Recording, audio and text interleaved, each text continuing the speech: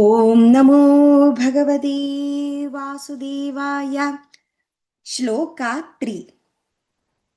कियद्भिर्दिवसैः श्राव्या श्रीमद्भागवती कथा को विधिस्तत्र कर्तव्यो ममेदं ब्रुवदामिदः। कियद्भिर्दिवसैः, दिवसै means the days, and kiyat bhir means how many days I have to wait. Shravya means listen. Srimad Bhagavati Katha.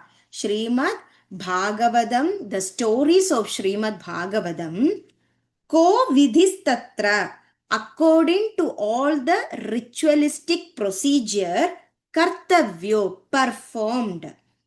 Mam edam, by me, bruvatamitaka, please tell me.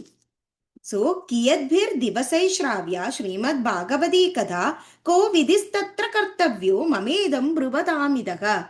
That means, may it be elucidated to me after this in how many days the story of the Srimad Bhagavatam is to be heard, and the ritualistic procedure to be followed with reference to the Jnana Yajna, the Bhakti, Jnana and Vairagya will come back to the consciousness. So, this is the question that has been asked to the Kumaras, who are the sons of Brahma, by the Narada Muni.